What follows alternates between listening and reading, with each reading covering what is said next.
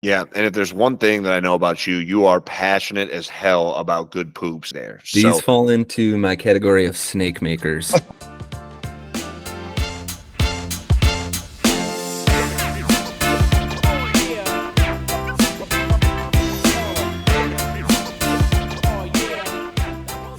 hello and welcome to another episode of the Better Basics Podcast, the least pretentious fitness podcast on the planet. I am Matt Stone, and as always, I have with me my best friend, Dylan Waldhuter. Dylan, it's great to see you this week. How you doing, man? Really good. Yeah, good to see you, man. I'm Yeah. excited for this conversation today. This is a good one. It's something that is near and dear to both of our hearts. We're going to be digging into the woo-woo side of health and wellness uh, for all our bros, our fitness bros out there that are trying out some potentially questionable questionable things.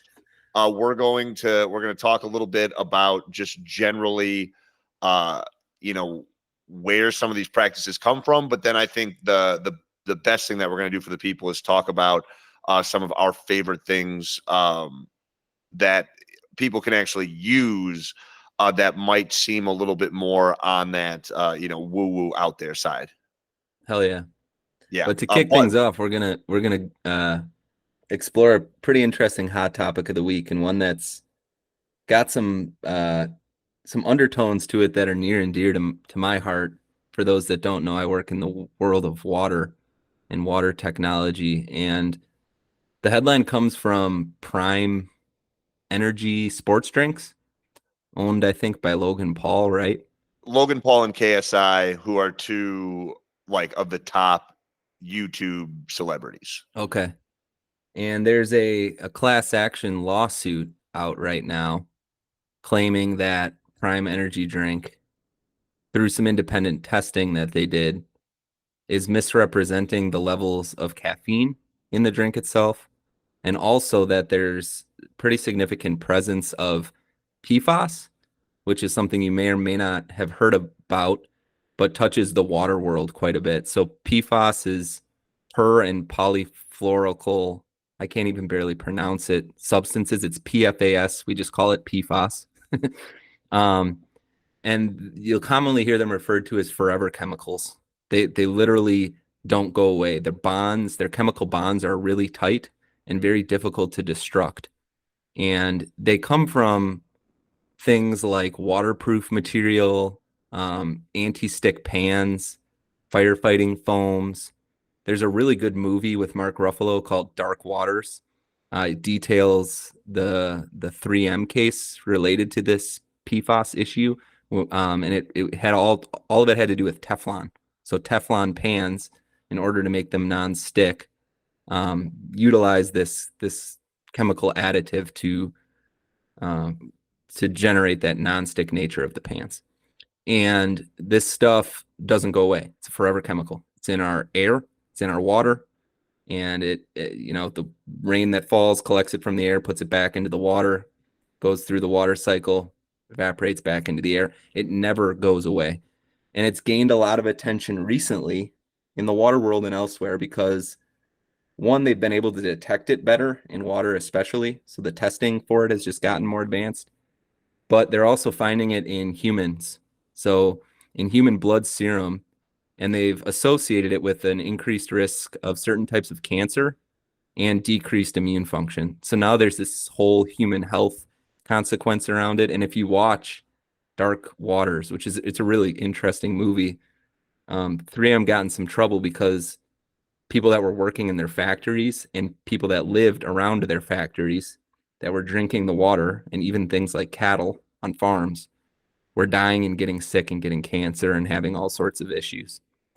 So it's a pretty prominent issue now. And this case, I believe, is claiming that Prime Energy drink, I think the grape flavor, has like more PFAS in it than is recommended that a human have or consume in their entire lifetime.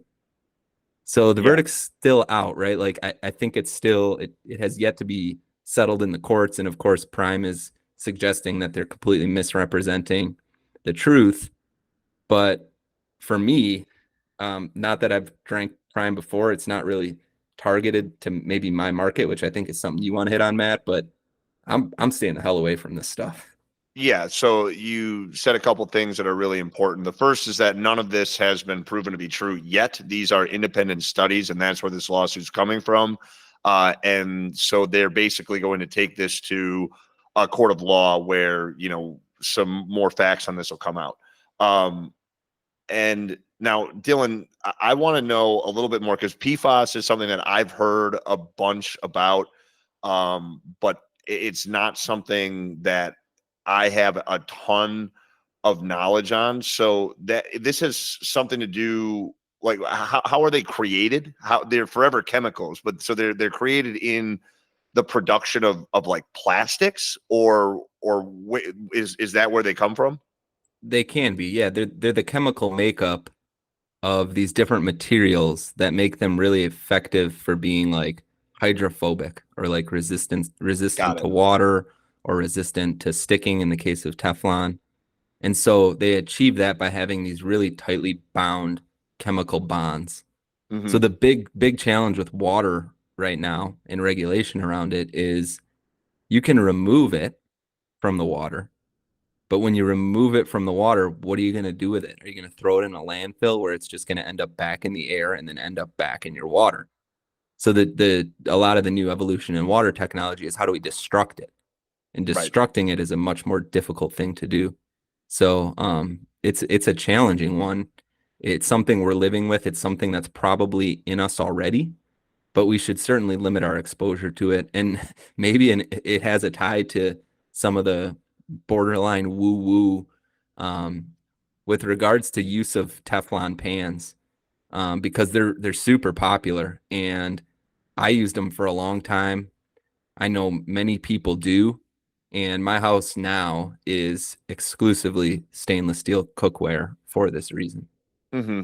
Yeah, we don't use Teflon in our house either, for that same reason. So, in regards to Prime, you're right in saying that for that one, the PFAS, it's just the grape flavor that is under scrutiny. But the other thing that you said, where I don't know if these are the same lawsuit or if they're both happening at the same time, but the other one is in regards to the caffeine content. So as you said before we came on, they each bottle of Prime they claim about 200 milligrams of caffeine, and through some independent testing, they have determined that it's more like 215 or 225.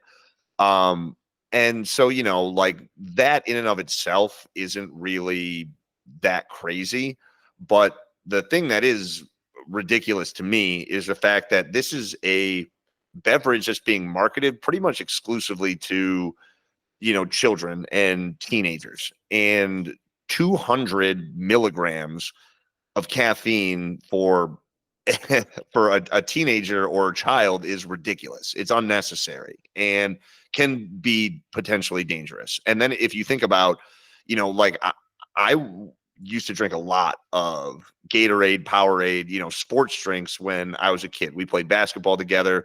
Like we would be, if we had a basketball tournament, we were drinking, 2, 3, 4 Gatorades in a day. Imagine if that was being subbed out with this Prime, and now all of a sudden you're having 2, 4, 600 milligrams of caffeine to go alongside it. So, it's just one of those things. If you have children, I think that it's definitely worth, just being aware of the fact that there is a shitload of caffeine in these things. And then then you add this PFAS lawsuit on top of it with the grape flavor, and you really do need to wonder if it's worth even messing around with. There are plenty of other options, even if you do like flavored sports drinks, there's just better options out there now.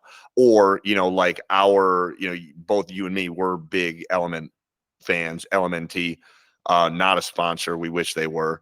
But they're basically just straight electrolytes with flavorings, and that one's no sugar. They do use stevia, but there are plenty of other options out there. That market is pretty full right now. So there seems like there are way better options out there. So you might want to make that switch if you or your children are prime drinkers.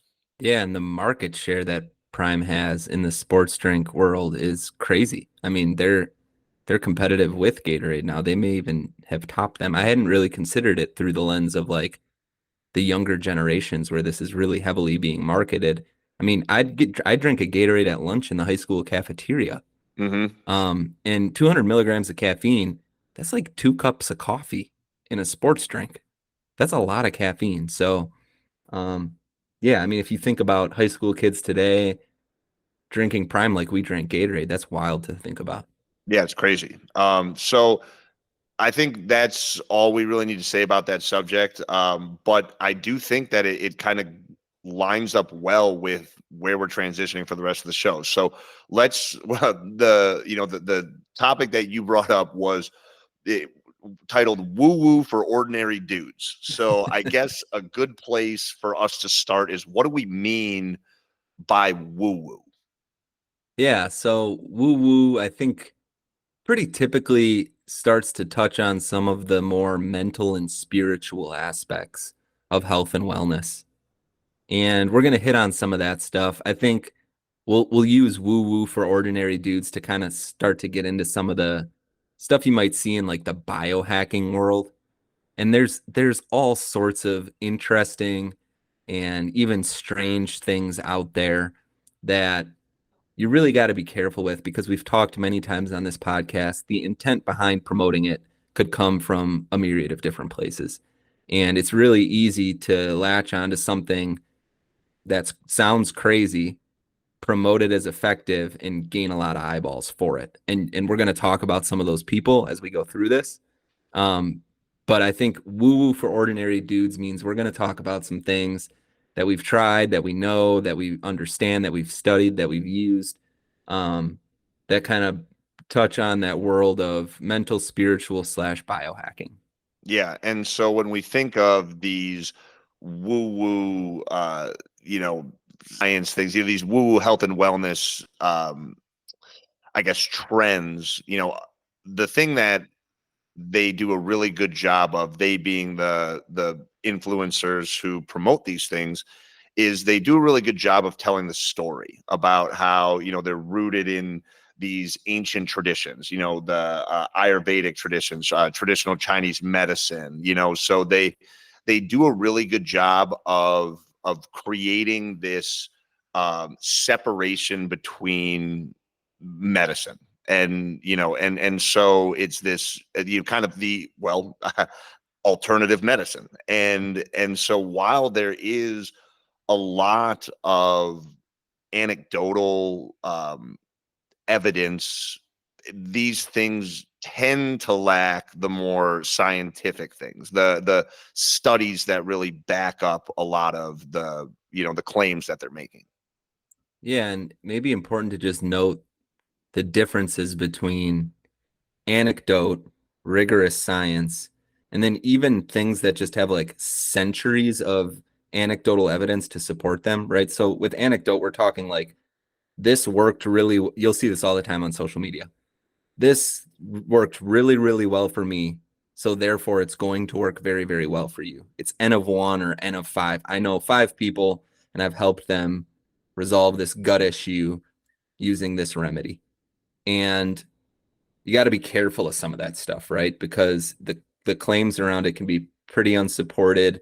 And this isn't to say that they're never true, but they lack that kind of more rigorous and sort of backed evidence by multiple people to suggest that it's really a useful tactic.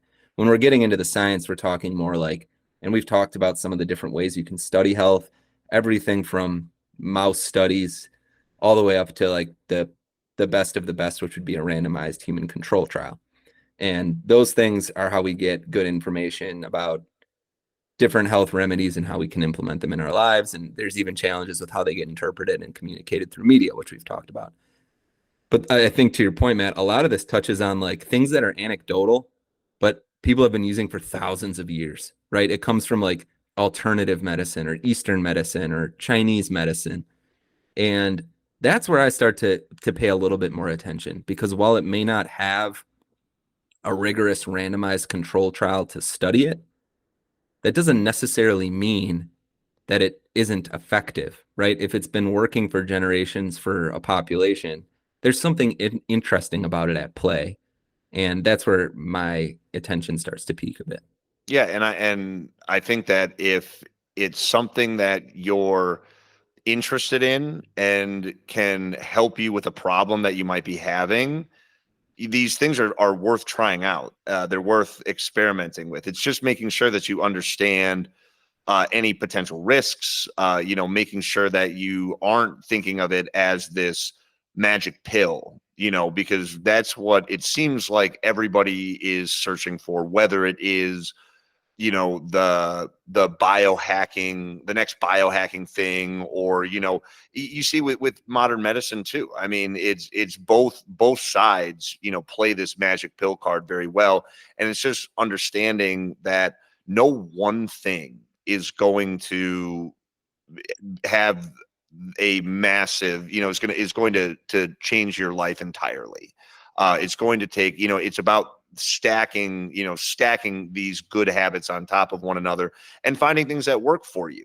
Because what might be something that works for you might not have the same profound effect as it does on somebody else.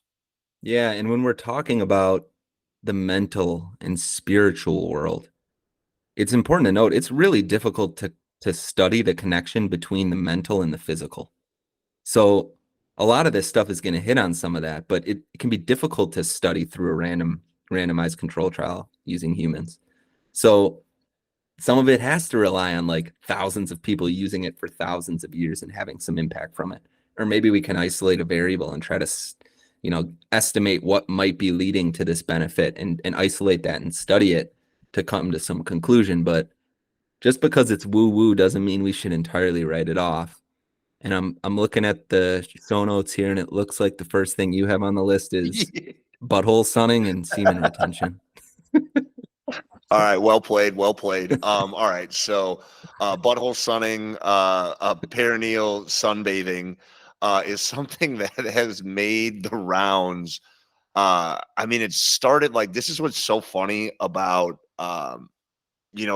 these like video social media outlets now, like the Instagram Reels and TikTok. Now, like, it feels like trends just like happen so damn quick. I mean, I remember years ago, years, like it had to be like 5+ years ago was the first time that I ever heard about butthole sunning. And I remember just thinking it was like the most ridiculous fringe uh thing that could possibly exist. And then all of a sudden I'm seeing videos on TikTok with tens of thousands, if not millions of likes about influencers sunning their buttholes. So I guess we've said the word butthole enough where you know what it is. Like you must have a visualization of what it is.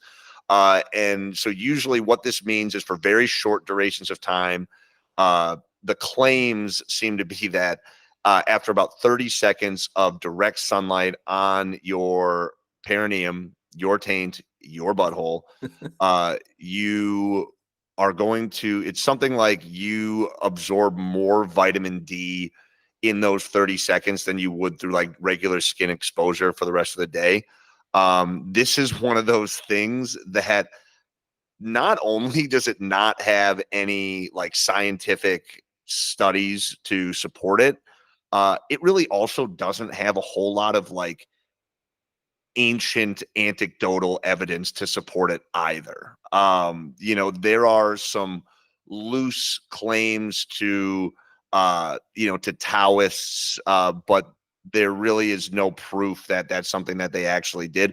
Now, I'll admit it. This is something that I've tried, and I am not against it in theory, but it's also like you got to be careful, man. Like that's some very sensitive skin, and there are some people that have serious concerns about exposing that area of our body to such direct sunlight, especially if it's something that you do on a regular basis.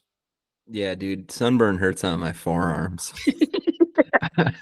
I don't, and it's not that practical, right? Like No, it's maybe for not. you living out in the woods, but my neighbor's Yeah. not gonna love waking up in the morning and looking over the fence and seeing me with my ass to the sun. So Yeah. it's kind of silly. I think the claim is that like you got a ton of, to your point, vitamin D receptors in your butthole. Well, it's So because the that's why skin you, is so thin, okay. is the, the claim. But But again, like this, yeah. But like just get outside and get some sun on your skin. Like Yeah. you don't need to be mooning your neighbor to Right. get Okay. sweaty. So let's move on to a topic that I actually am very passionate about. And this is hot and cold therapy. And so they can be used separately. They can be used together, contrasting. And basically, what we mean by this really is things like sauna for heat therapy, and then stuff like cold showers, cold plunge, cryotherapy for the cold exposure. Now, the both have a lot of research that has been done on them, and so there are some things that are similar with them, and then there are some things that are a little different. So the things that are similar is they both cause stress on the body, and when your body goes under stress, changes occur. So, a lot of these benefits from heat therapy and cold therapy stem from stress, putting your body through a mild form of stress, which causes a specific adaptation. So, we're not going to get too much into the weeds as far as the science goes. You don't want to hear us butcher scientific terms. Andrew Huberman that player does an excellent podcast on cold therapy. It's called Use Deliberate Cold Exposure for Health and Performance. So it was done in April of 22, I think. So you can go on there. He does a couple hours of all of the different benefits of cold therapy. But basically, what we do know is that there are benefits for the immune system, things like muscular recovery, for helping with inflammation. There are lots of benefits, and cognitive benefits. There are things that suggest that it's for, like, to protect neurons in the brain. There are, anti-Alzheimer's indicators. There are lots of good things that cold exposure comes from. The key is making sure that you're doing it safely, because just finding a hole in the ice and jumping in is probably going to do more hurt than good. Yeah, I think there's even like there's a thing that can occur where you kind of pass out from the cold. So if you are going to do it, Yeah. you want to do it with a friend. Those little micro stresses, they're called hormetic stresses. And there's all sorts of strength training to some degree is another example of a hormetic stress. And that deliberately exposing yourself to these hormetic stresses actually helps you to deal with more toxic stress. So I really do see some benefit in that. Sauna, I think, is even better studied than cold exposure. Cold is newer. I think sauna, has its roots in, I think, like Nordic culture, Yeah, um, Scandinavians. Scandinavian culture. Mm, Um, and I love a good sauna. Like just sweating feels really, really good, right? From like a kind of a detoxification point of view. I yeah. don't like the cold plunge stuff as well, which probably means I should do it more. I'm just a wimp. But for me, the getting out of a cold plunge, I love because it's like the best cup of coffee you could ever have. Like you just feel revitalized, revived. It's really a fantastic kind of rush that you get when you get out of that cold plunge. So Yeah. lots of benefits for I sure. I take a cold shower pretty much every single day. It's part of my morning routine, and I usually shoot for about 3 minutes with the shower as cold as I can get it, because that's where a lot of research starts to suggest that things like the conversion of, um, white fat to beige fat, and so just very briefly on that, there's different types of fat in your body. Brown fat is the fat that is used for temperature regulation. White fat is the stuff that, when we think of like fat normally, like that's generally white fat.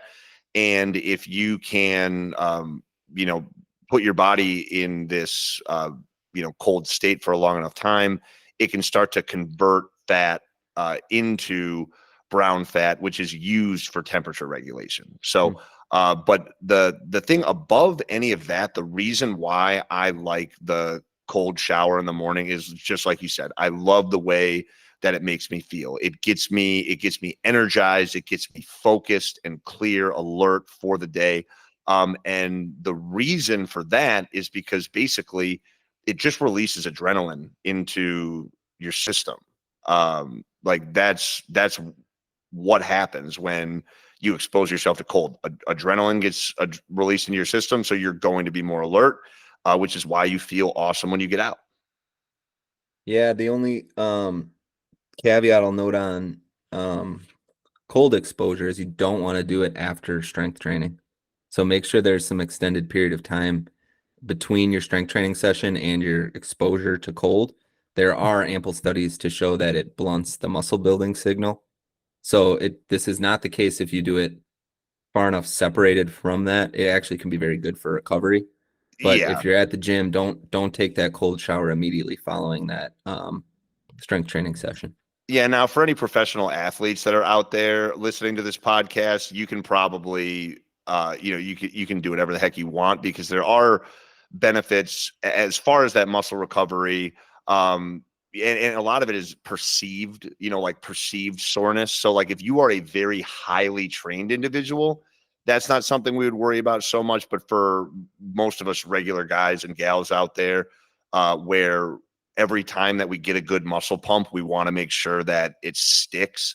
You're exactly right. Weight, it seems like an hour, an hour to 90 minutes after your strength training session, like, seems to be enough to make sure that you're preserving those hypertrophy benefits. Now, as far as the sauna goes, the sauna is actually something that is good for you to do right after a workout, as long as you're properly hydrating. Obviously, when you're strength training, or if you complete any sort of vigorous exercise, you're going to be a little depleted to begin with, and then the sauna is only going to amplify that. So you want to make sure that you're either hydrating in between, or what I prefer is just bring, my big water bottle into the sauna with me, and that way I can start to counteract some of those effects.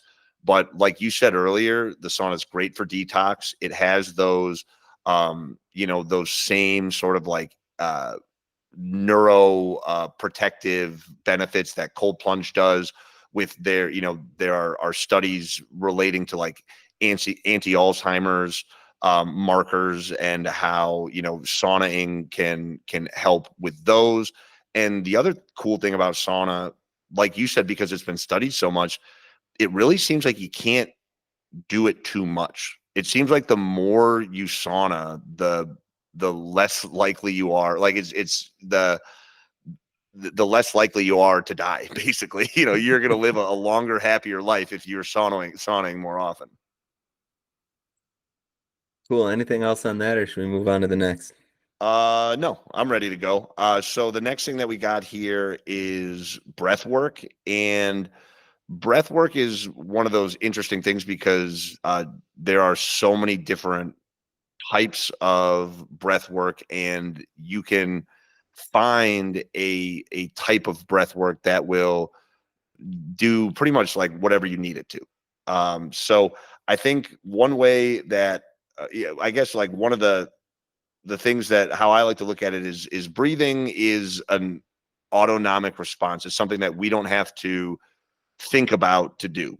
So when we control our breath, we are affecting that autonomic nervous system. So we're affecting, these the system in our body that, for the most part, just is kind of running in the background. So if we are really stressed out, or or vice versa, really need a quick boost of energy or focus, we can use breath work to help us with those things.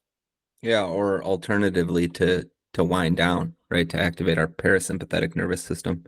So you can really regulate and kind of manipulate both ends of that spectrum, which is really fascinating about it. We've got some examples in here that we like. The first is the Wim Hof. If you don't know who Wim Hof is, look him up. He's a badass. He's a wild dude. Mm-hmm. But he's got a pretty famous breathing protocol, and that's one that will activate the sympathetic nervous system. So it'll get you revved up. It'll give you some energy.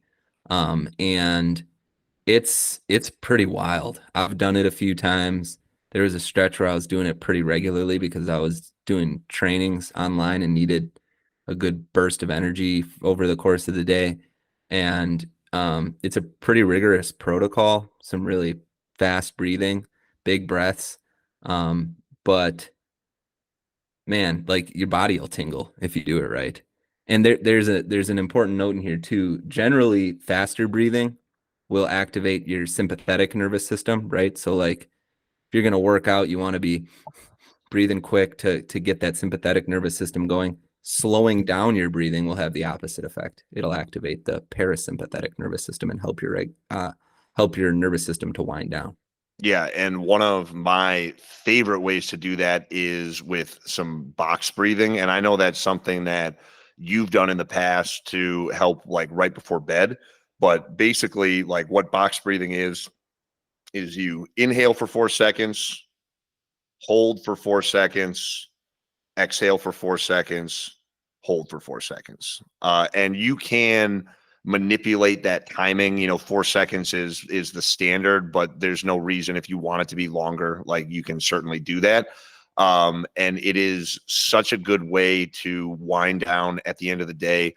And this is something that we'll get into a little bit later, but beyond just the the activating the parasympathetic nervous system, that rest and digest system, helping us calm down. It also just focusing on your breathing is a good way to just sort of calm your mind. So I think that something like box breathing, where you are actively controlling your breath, it has not just that, the parasympathetic nervous system benefits, but also those mindfulness benefits, which we'll get into later. Yeah, another parasympathetic nervous system breathing technique is 4-7-8. So in for 4, hold for 7, out for 8, similar to box breathing. I really like to use these to the point you made when I'm laying in bed and trying to fall asleep. I can do a couple rounds of this and I'm out cold. It works very effectively. Right before I eat to get into that rest and digest state, also very useful. And then if I'm just generally stressed out or wound up, these different breathing techniques can be really beneficial. Another really interesting one is the physiological sigh. So the physiological sigh is, and you do this naturally throughout the course of the day and may not even notice it. And I've noticed my 4-month-old kid do it, which is kind of wild to witness. But it's when you do an inhale and then another short inhale and then a big deep exhale. So it's like, I don't know if that picked up on the mic, but no, you didn't hear me. I didn't, but I knew what you were doing. Okay. Well, if you're watching on video, you could probably see what I was after there. But yeah, so it's 2 inhales and then an exhale. And it's something that we naturally do to down regulate. But it's something that you can intentionally manipulate to also combat stress in your life. Yeah, absolutely. And again, it's just bringing intention to something that is otherwise unintentional. Another one that has gotten a lot of my attention recently is nasal breathing. So I mean, like you've gone on camping trips with me, you know that I'm a snorer. And so when you're snoring, generally like it's your mouth is open. And like that's bad. Mouth breathing, one, like mouth breathers get a bad they get a bad rap as being kind of like dumb. dumb idiots. And the reason why is because their brains aren't getting they aren't getting what they need. I mean, like, you need to be breathing through your nose unless you're doing like really vigorous activity or having a conversation. If you are just hanging out, you should be breathing through your nose. So, I mean, I challenge people to just pay attention to that, as you're, if you're listening to this, if you're driving in your car, if you're, just hanging out, like, just see, am I breathing through my nose? And that's really important. Well, it's important for a number of reasons, but the biggest one is because of the nitric oxide. So when you inhale through your nose, that oxygen mixes with nitric oxide. Yeah, that's why it's gotten so much attention recently, at least in the circles that I'm following. This whole emphasis on nitric oxide production. So, there's these enzymes in your nasal passage, and those enzymes convert amino acid into nitric oxide gas, which is then released into the nasal airways. And this doesn't happen when you breathe through your mouth because they live in your nose. And nitric oxide has all sorts of health benefits associated with it. Everything from improved cardiovascular function to enhanced exercise performance, improved respiratory function. It even has antimicrobial and antiviral properties, potential cognitive benefits to the point you made, Matt. So this nitric oxide is playing a very important role in our health, and it's freely accessible to us just by breathing through our nose. Yeah, and then this another point, and I'm gonna butcher. I did not come prepared with this statistic, but it was something like, you lose. So I won't even put a number out there. You lose a significant amount of water if you breathe out of your mouth at night. Yeah. And that is a huge component for getting a restful night's sleep. So something that I started doing years ago and still do it pretty much every single night is mouth taping, where you can just get a little strip. I found at any grocery store or drugstore. There's just like little rolls of waterproof tape that I just put a little strip just over my mouth. And there are nights where it comes off, doesn't stay on. That's all right. And there are nights where it stays on the whole time. But just that little bit of tape has helped me significantly. I can tell that I am getting significantly better night's sleep when I'm using those. If you're interested in more on the breath stuff, there's a great book by James Nestor. I think it's called Breath. Breath, yeah. Highly recommend that. Goes into all of the different stuff we just talked about and more in more detail. Yeah. The next one I want to, oh, go ahead. Well, I was just going to move on to the next one. So the next one, the next one I want to talk about is, you go. No, I want to go because this one I love. This one is really useful for me, as a golfer. So, especially if I'm playing an early morning round of golf, I like my coffee. If you've listened to previous episodes, you've heard me talk about that. And one of the people that actually made what we're about to talk about here famous was Phil Mickelson. He's a coffee lover too. And we're talking about an amino acid called L-theanine. And combining it with caffeine actually works to further boost concentration, focus, and energy while decreasing the jitters and anxiety that might come from caffeine alone. So really useful for me if I'm playing an early morning round of golf and I still want to have a cup of coffee or two, but don't want to be shaking over the golf ball. I take L-theanine with it and it works wonderfully. Like, you still get the focus and clarity and energy that comes with a cup of coffee, but without those kind of jittery feelings. Yeah, and so another way, if you do not have L-theanine supplements, green tea has caffeine and L-theanine in it naturally. So it's not going to taste nearly as good as a delicious cup of coffee, but that is a good alternative, especially if you are going to be turning to caffeine later in the day. Caffeine with some L-theanine and it can definitely help you overcome some of those caffeine jitters. You bet. Yeah. Now the next one is something that I love, and now that the weather's starting to get a little bit nicer over here, I'm so excited to get this into um, my morning routine a little bit more, and that's rebounding. So basically what rebounding is just a rebounder is just a tiny trampoline. Pro tip here, Dylan, get your kid a rebounder as a Christmas gift. And it's awesome. um it's, yeah, just a little trampoline. I put it out on, on my deck, and in the morning I'll go outside, face the sun, and then I'm gonna just jump on there for a few minutes. And one, it just feels good to get moving first thing in the morning. But there are some other benefits to this type of movement. Uh, and that is in regards to the lymphatic system.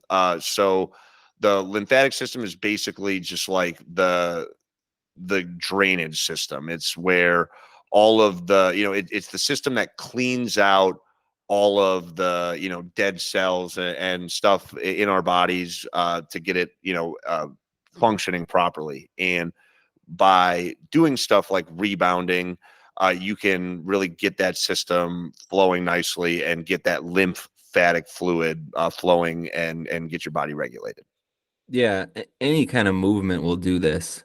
The reason rebounding is nice is because it's a simple thing you can do like right away in the morning, Hmm. right? Like, because you're not moving all night, to just jump on a tiny little trampoline for a few seconds and get your body moving and get your lymph flowing can be really an effective way to do that. There's also things like the Qigong shake. You could do that out in your backyard before you butthole sun, and your neighbor will think you're really fucking weird. Yeah. But just anything that's going to move your body and get the juices flowing essentially is what we're after here. And a rebounder, a little tiny trampoline can be a great way to do that. Yeah. But again, like you said, any sort of movement is going to get you there. So whether that's jumping rope, just like bouncing in place, or any other sort of movement is going to be just as good. But a little trampoline is so much fun. We should all jump on trampolines more often. The next one we have here is about sleep. And you already mentioned the mouth tape hack, which I think is a great one, so long as it's done safely. But specifically, the important role of the circadian rhythm in how we sleep.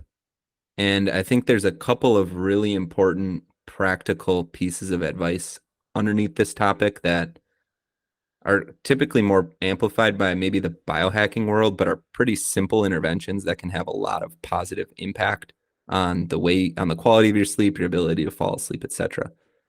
The first of which is your exposure to sunlight early in the morning.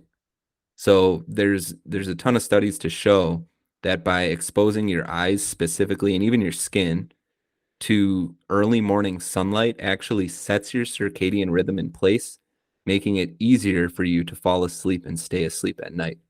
So if you're a person who wakes up, stays in your house, works from home, goes into the office, not a ton of exposure to sunlight, or even drives to work with your sunglasses on, right?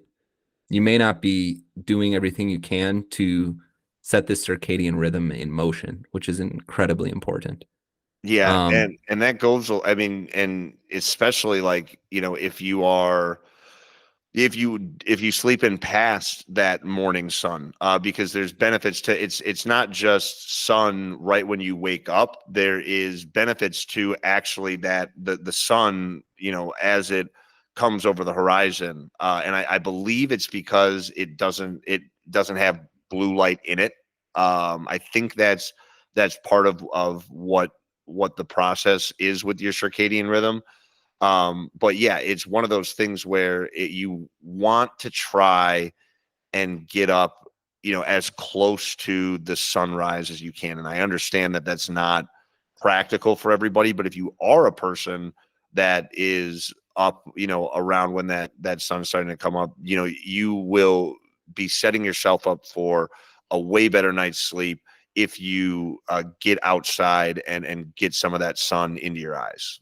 yeah, and I think the prescription is like 15 minutes within an hour of waking.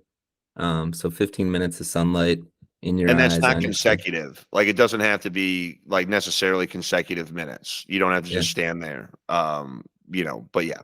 So then the other side of light is later in the day as your circadian rhythm is winding down and working on its production of melatonin, which is something you produce naturally to help you fall asleep.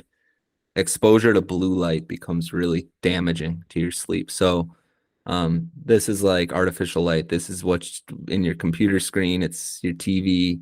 It's the lights. What do they call these light bulbs? Fluorescent light bulbs in your home Mhm. produce a ton of blue light, and exposing yourself to them, especially as you get closer to the hours where you're planning on going to sleep, blunts the production of melatonin, makes it harder to fall asleep, and makes the sleep quality significantly less. Yeah. And so this is a problem that has really become important, in the last decade, especially, because we're spending so much time on our phones. I mean, even like, so our televisions emit this blue light, our phones emit this blue light. And so if you are watching TV right up until the second you try to fall asleep, or if you are scrolling on your phone in bed, doom scrolling, not only is that just not a healthy habit for a lot of other reasons, but like physiologically you are sending a signal to your body, to your brain, that it's daytime, that it's time to be moving. So you're jeopardizing your ability to get high quality sleep by looking at these screens so close to bed. So a good protocol for that seems to work for a lot of people is trying to eliminate screens an hour before bed. And if that's something that's just not realistic for you, there are blue blocking glasses that you can purchase. And even on your phone, there is a way that you can block the blue light, and you can set it up so that there are that it comes on at a certain time, and it'll make your phone look red and super creepy, but it'll help you get to sleep. So I mean, I think this is just like it's such a frustrating topic because it's something that we're totally in control of, but so few people refuse, or so few people actually take control of it and do something about it.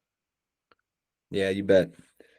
Next thing on here has to do with meditation, mindfulness, visualization, all really beneficial intervention strategies for health. Big one for me, I think, is all around like the law of attraction. Like, visualizing positive things will bring positive things to you.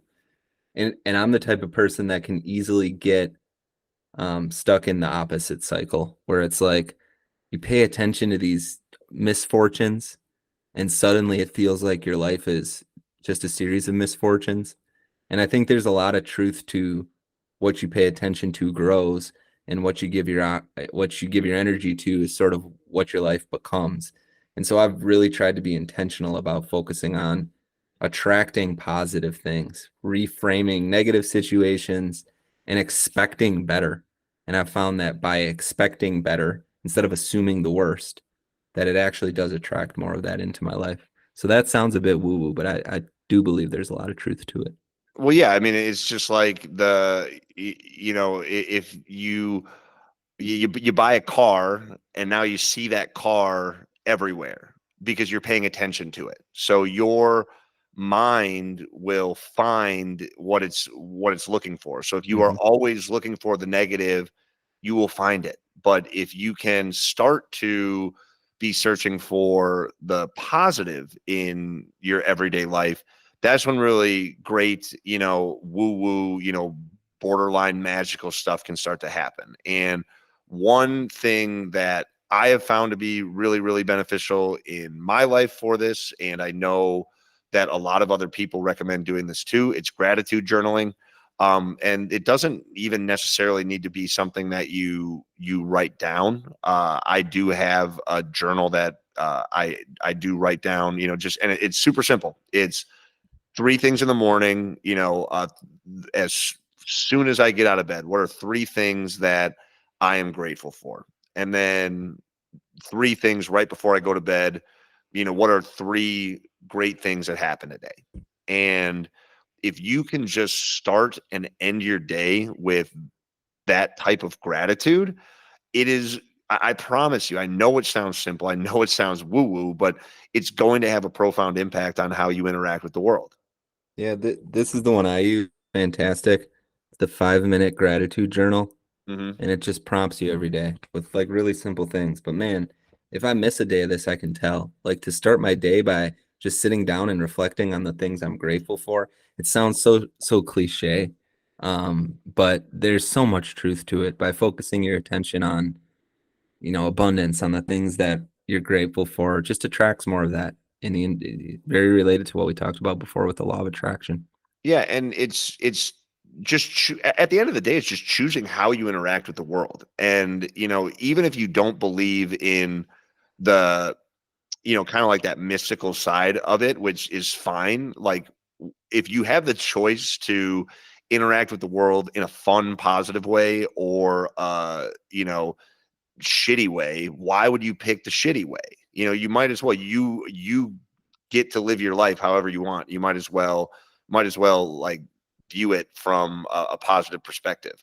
And one thing that can help with that is meditation. And meditation, I think when we think of like the woo woo types of practices, meditation is probably one of the first things that like anybody would list off. But it's important to understand that like meditation comes in so many different ways. It's not just necessarily sitting cross-legged on the floor going om. That is a way, like that is a type of meditation that you can do. I don't do that type of meditation. But there's moving meditations. You just going on a morning walk without any headphones in and just listening to the sounds around you is a form of meditation. Or you can sit down for 60 minutes and follow a guided meditation, or you can sit down for 5 and just have a mindfulness meditation where all you're trying to do is stay present. When your mind wanders, you bring it back to the present moment.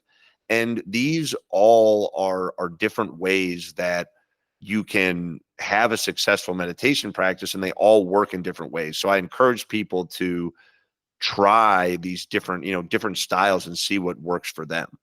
Yeah, for me right now, I talked before about my New Year's resolution around sip and be still, just drinking my cup of coffee in the morning without distraction. And it's very much about just sitting there, enjoying the coffee, and when thoughts come, trying to just let them pass instead of dwelling on them, focusing on them, trying to act on them.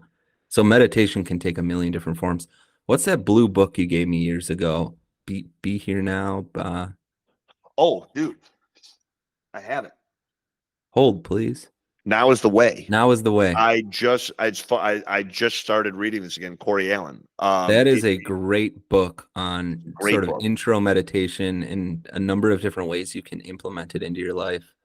Um, that's a fantastic book. If meditation is calling to you or you've never really explored it or you want to revisit it again, I highly recommend that book. And the reason why it's such a great book for our audience is because it really like meets you where you're at with it. Hmm. It's not pretentious. It's not trying to get you to sit down for an hour. It's trying to find ways to be mindful and meditate during your daily activities already. So It's yeah, where I got the sip and be still idea from. He talks about like just a good place to start is be present with your cup of coffee instead of yeah, like, yeah. So that's there's a perfect. lot of really good stuff in there. And then Uh, like alongside that, there is I mentioned, that kind of like moving meditation, like, going on your morning walk and just like observing the world around you.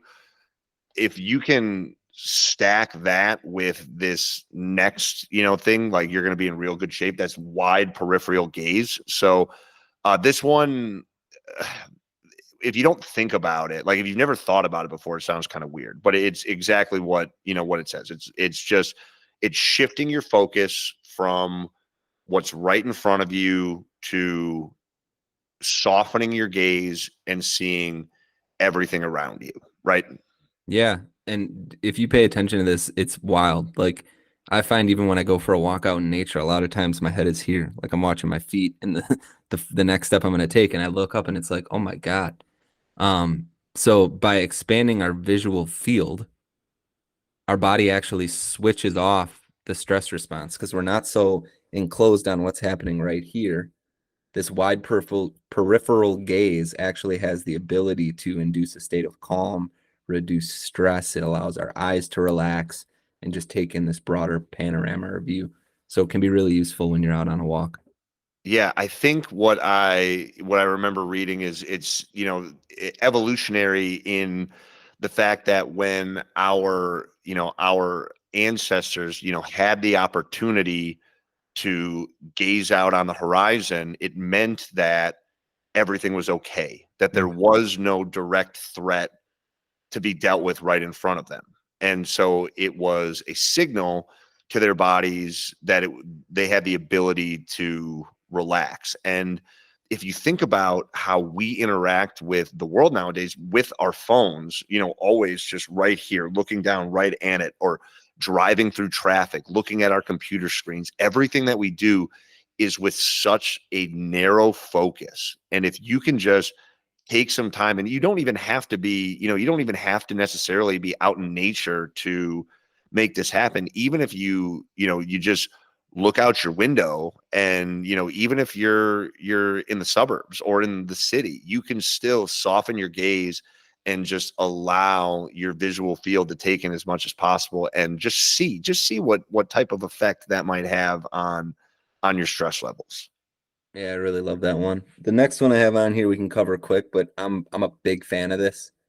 And this is Same. wide toe box shoes Mm-hmm. and or being barefoot as much as you possibly can. Mm-hmm. Um, our feet are so constrained by modern footwear. It's unbelievable. Our feet are not allowed to sort of exist as they're supposed to in modern footwear, and it's leading to all sorts of foot problems, but also just function of the foot itself, right? You should be able to expand your toes. You should be able to grip with your toes, and modern footwear doesn't allow us to do that. So especially if I'm walking long distance or working out in the gym, I'm wearing a shoe with a wider toe box to give my toes the ability to exist as they're supposed to. Yeah, it's one of the first things that I do with clients when I get them into the gym is getting them their gym shoes off, and we for the most part just work out in socks. Mhm. Now, fortunately, nowadays, you don't have to be an outcast from society to have functional shoes. They have things more than just the 5 finger, the finger shoes, which I still look, as much as I'm a fan of like the wide toe box and natural footbeds for shoes. I will never, ever, ever be a toe shoe guy. And if that offends some people, I don't think it will. I don't think our listeners are really Toe shoe guys, toe shoe people. gals. But if Yeah. you are, reach out. I'd love to meet you, maybe make fun of you in person. But there are like a bunch of brands that you can find that make fashionable, wide toe box natural footbed shoes nowadays. So it's one of those things where I understand, in the past that was something that was a little bit more tough to come by, but now there's plenty of good options. So it's not to say that if you have a perfectly good pair of shoes without a wide toe box, that you should put them in the trash. But the next time that you are purchasing shoes, it's worth doing some research and finding something that is going to allow your foot to live a little better.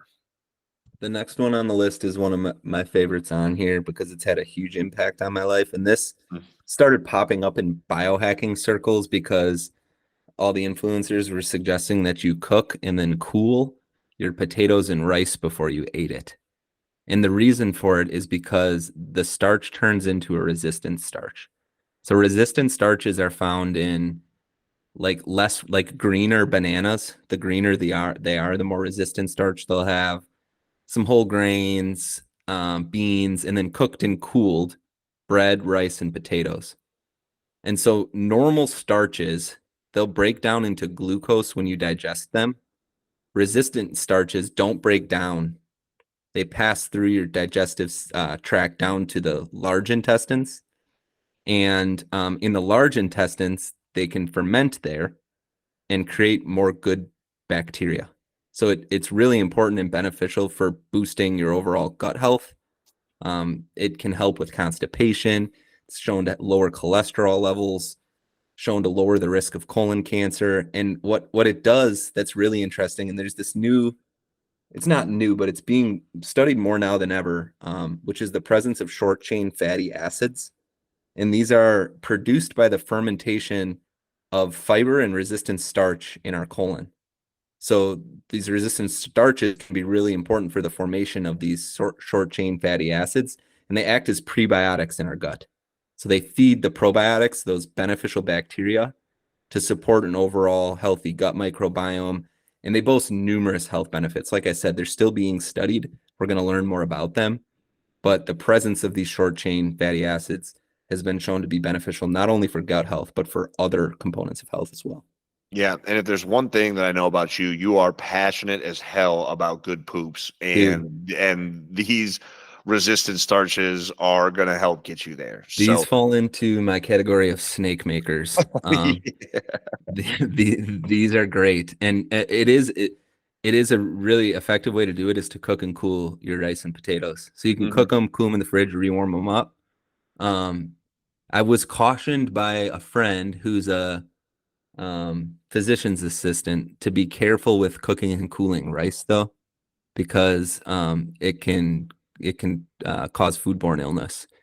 She saw a few too many people coming into the ER with food poisoning, I think, from bad rice. So you got to be careful, like cook it, cool it quickly, make sure it's not getting exposure to the environment for too long because you can have these bacterial issues with that. So be Mhm. careful, but can be really effective.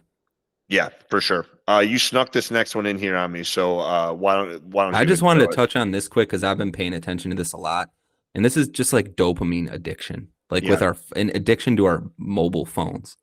So it's really interesting, right? When we check our phones, especially with like TikTok and Instagram reels, they're just little dopamine bombs. Our brains release small amounts of dopamine and it motivates us to do something. Every time we hear a notification, we check our device. Dude, or like And phantom buzzing. Like, you get that where if yeah, you don't have your phone in your pocket and you still feel it, like you still feel it buzz in there. yeah, or you're like watching TV and all of a sudden like 30 seconds of the show's gone by and you're like scrolling through your phone and you didn't even realize that it happened. Yeah. And you get all that's not how dopamine's supposed to work, right? Like you're Right. not supposed to have these little boosts that are very temporary with these then Mhm. letdowns that occur afterwards.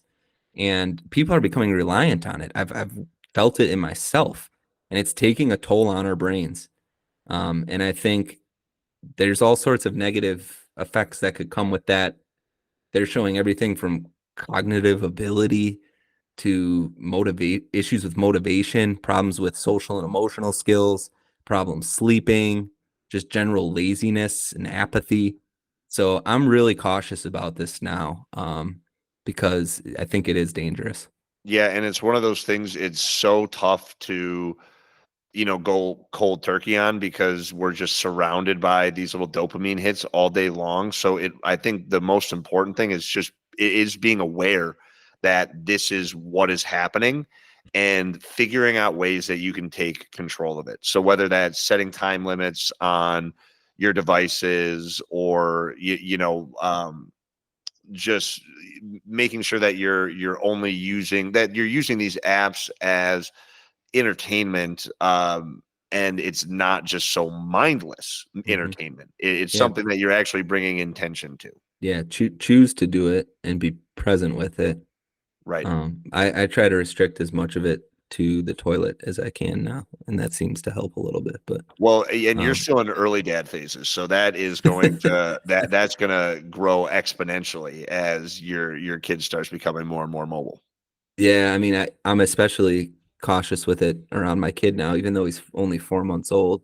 Him watching, my behavior is something I'm cognizant of as well. Yeah, for sure. The next one's fun, and it's Grounding? Oh, I love it. Yeah. it's grounding. Yeah. This is wild because this sounds crazy, but there's actually some science to support its benefits, and Yeah. it's hard to believe. Mhm. So grounding is effectively getting your bare feet on natural ground. And the what it's doing is there are these natural magnetic frequencies that are produced by the earth, and exposure to them through our feet helps to balance our body's charge, right? So there's these negative ions in the ground. Our bodies get very positively charged. And by getting our feet on the ground, there's an interaction with the earth that actually helps to balance our energy. That's fucking wild. It's like an avatar.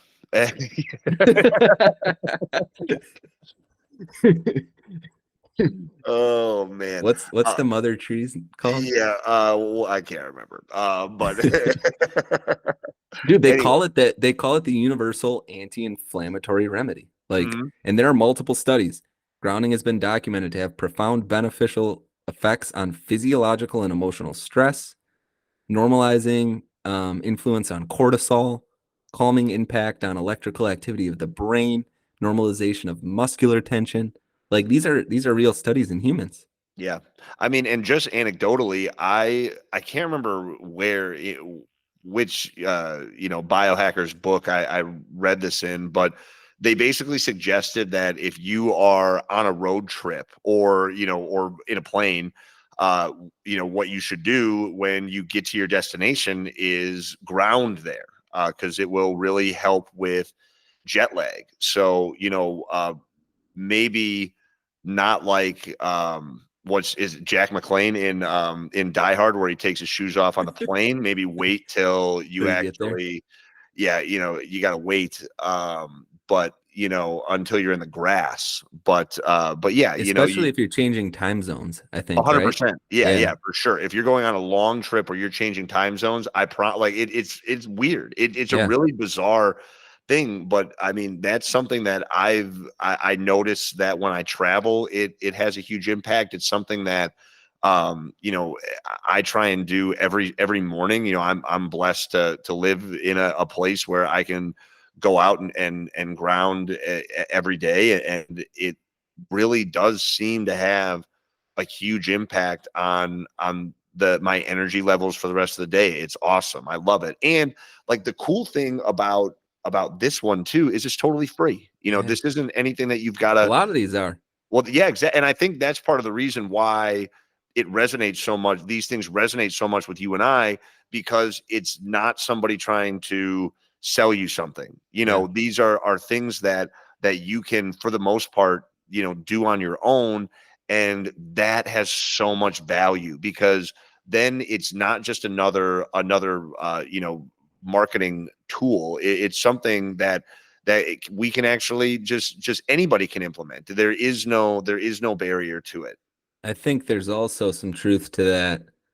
Eh, regular people, they find credibility in the ability to bottle and sell something to some degree. Yeah. And the fact that you can't do that with these things makes it really easy for people to just brush it off as silly.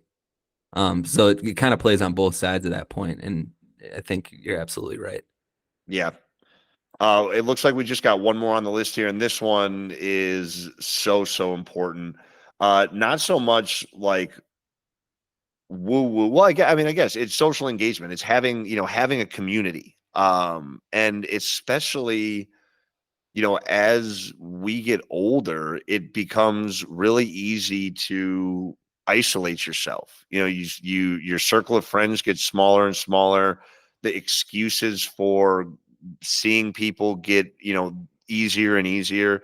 And, our social lives, can really take a toll. And, there are studies. The US Surgeon General said that social isolation is as bad for you as smoking 15 cigarettes a day.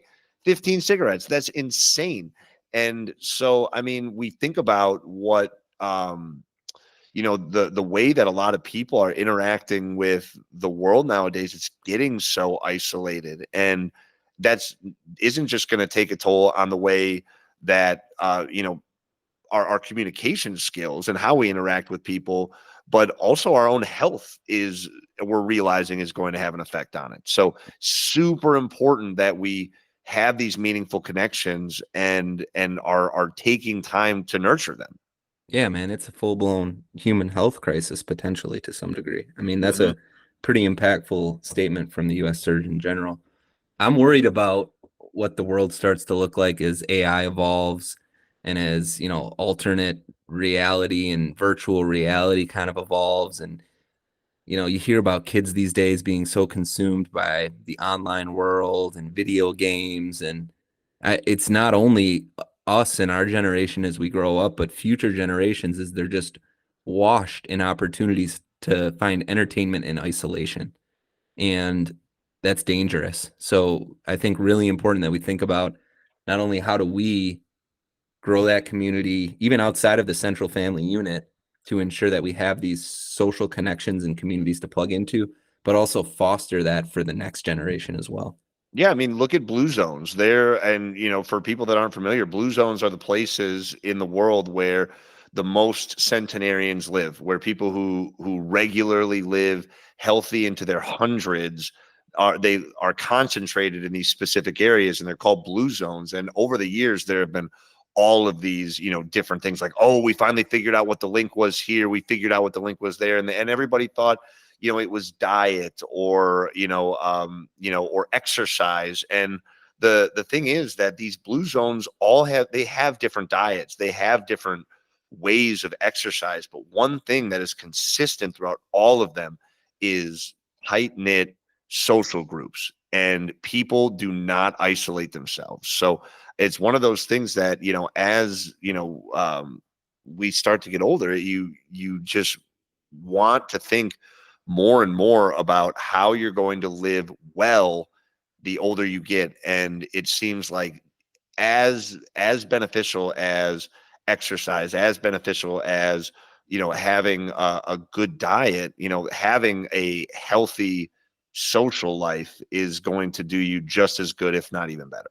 I think they took it as far as to hypothesize that the commonality had not only to do with more tight-knit social groups, but they all communed around food. Hmm. Like they ate in collective ways, like larger groups, and it was a slower, more meaningful experience. So that's kind of neat to think about too, right? Like it wasn't so much what they were eating, to your point, it was how they were eating and the whole social engagement around that meal itself. Some of these cultures, they even were like drinking wine and smoking cigarettes, I think. But they were A lot of doing it them with their do. friends and with, Yeah. yeah. So it's, Mhm. and we know like quitting smoking is one of the healthiest things you can do to live longer. So really powerful, important point. Yeah, for sure. Uh, Anything else before we go to the Q&A? The Q&A is mine this week, and I have to read it, and I have to well, I have to. This person doesn't want it attributed to them, so I have to maybe reframe how I read the question. what you think that based on how you typed it out here, that we're going to be able, that we're going to know who wrote it? I, I'm just obeying the listener's wishes. All right, man, let's do it. So, what the fuck is the carnivore diet? Someone that this person knows was eating cheeseburger patties and bacon for breakfast. This has got to be doing something terrible to his body by literally eating nothing but beef for breakfast, lunch, and dinner, right? Yeah. All right. So this person works with Paul Saladino. It sounds like. Okay. So the carnivore diet is something that gained a lot of popularity in the last 5-ish years. And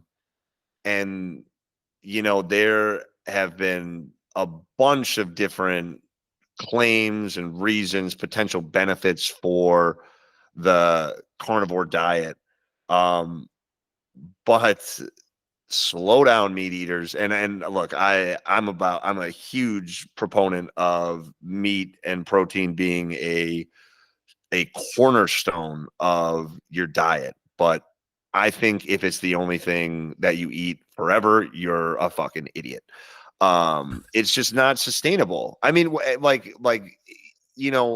there's a really great clip of Jordan Peterson being interviewed. So Jordan Peterson was one of these guys who's like an early adopter of the carnivore diet. Now he did it for health reasons because he and his daughter both had, autoimmune disorders that when they switched to this carnivore diet, they went away. And that is one of the claims that people make with a diet like this, that it has an impact on their immune system and helping to help these autoimmune disorders. Now, there are a number of different theories as to why, but I think the biggest one is because of caloric restriction, if I'm not mistaken. It's not so much about what they're eating, it's how much they're eating. Oh, but real quick, the clip is hilarious because it's Jordan Peterson being interviewed, and the person's asking him if he's still all he eats is ground beef, and he's like, yeah, it sucks, it's terrible, going out to eat is miserable, food doesn't taste good, like food's not enjoyable, but he has more energy, he feels better, he lost a bunch of weight, he gained muscle. And so for him, the pros outweighed the cons. But I would make the argument that for every one of him, there are tens of thousands of people that it's not for. Yeah, I mean, look, if you cut out all other food groups, you're probably going to end up in a calorie deficit. You're probably going to hit your protein target every day if you're only eating meat. Better.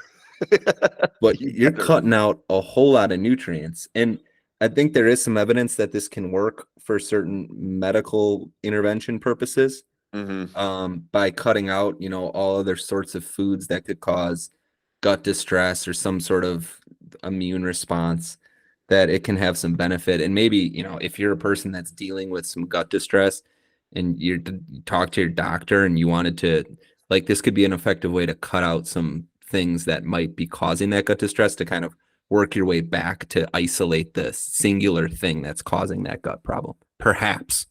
But it's not sustainable, right? Like, I think it's so important, especially if this is an intervention for weight loss, that we stop thinking about weight loss and start thinking about like keeping weight off, right? Because sure, it'll work. You could do it for a month and it'll probably kind of suck and you'll lose some weight.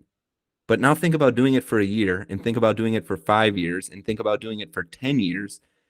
It's even Jordan Peterson, this disciplined philosopher who has a health condition that required it, is saying that it really sucks. So he hates it. He hates it like, so much. And there's a ton of health consequences that could potentially come with this, depending on the person that's doing it. Yeah. I mean, the lacking now, granted, meat is super high in nutrients, like calorie for calorie. You're probably not going to find a better source of nutrients, but not every nutrient. And we know that, a versatile variety of diet is associated with better health outcomes. So there's these nutrient deficiency concerns. Your gut is dependent upon fiber. Fiber is incredibly important. We know how important that is. Meat has none. So poor gut health consequences that can come with this. Well, and that's where a lot of these guys, like even Saladino, like he's not strictly carnivore. He's what, he would call, I think he calls it like carnivore-ish, where it's. No, he was. And in fact, he used to refer to himself as carnivore MD. No, I know. I understand. It's gone so poorly for him that he's changed his mind. He's not even carnivore MD anymore. He's Paul Saladino MD. Exactly. Right. Yes, okay. And that's exactly it. And now they've adopted this more like this carnivore-ish lifestyle where carnivore based. Yeah.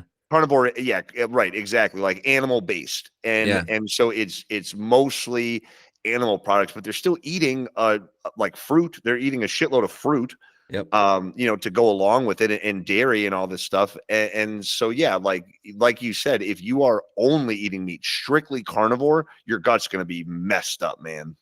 So even the influencers that make their living off of this likely got labs back that suggested things weren't going so well for them from a health point of view. Because why else would you? Or or they hated it so much, like their Right. life, like eating that way was so unsustainable that they had to figure out some other things to include. Either way, it's just not. It's not a good diet strategy. It's not generally Well, healthy, with maybe a few exceptions. Um, there's this, not only the gut problem concern with not consuming fiber. We talked about the resistant starches, the short chain fatty acids, and those benefits on the body. There's studies that show it's correlated with an increase in colon cancer and an increase in cardiovascular disease because you're probably eating a shitload of saturated fat. So, back when I had some gut problems, I went on a bit of a restrictive diet. And one of the things that actually had some flavor to it that I was allowed to eat was bacon. So I ate a shitload of it. And I remember going to the doctor after all that. My gut problems got a little better, although I think I ultimately concluded that a lot of that had to do with mental and stress. But my cholesterol was through the roof. Like my LDL was not so good. My HDL was, the ratio of the two was not in great shape. So um, everybody's gonna, like, individuals will have different health responses to eating this way, but generally, right, it's probably not a great strategy for your health. no, probably not.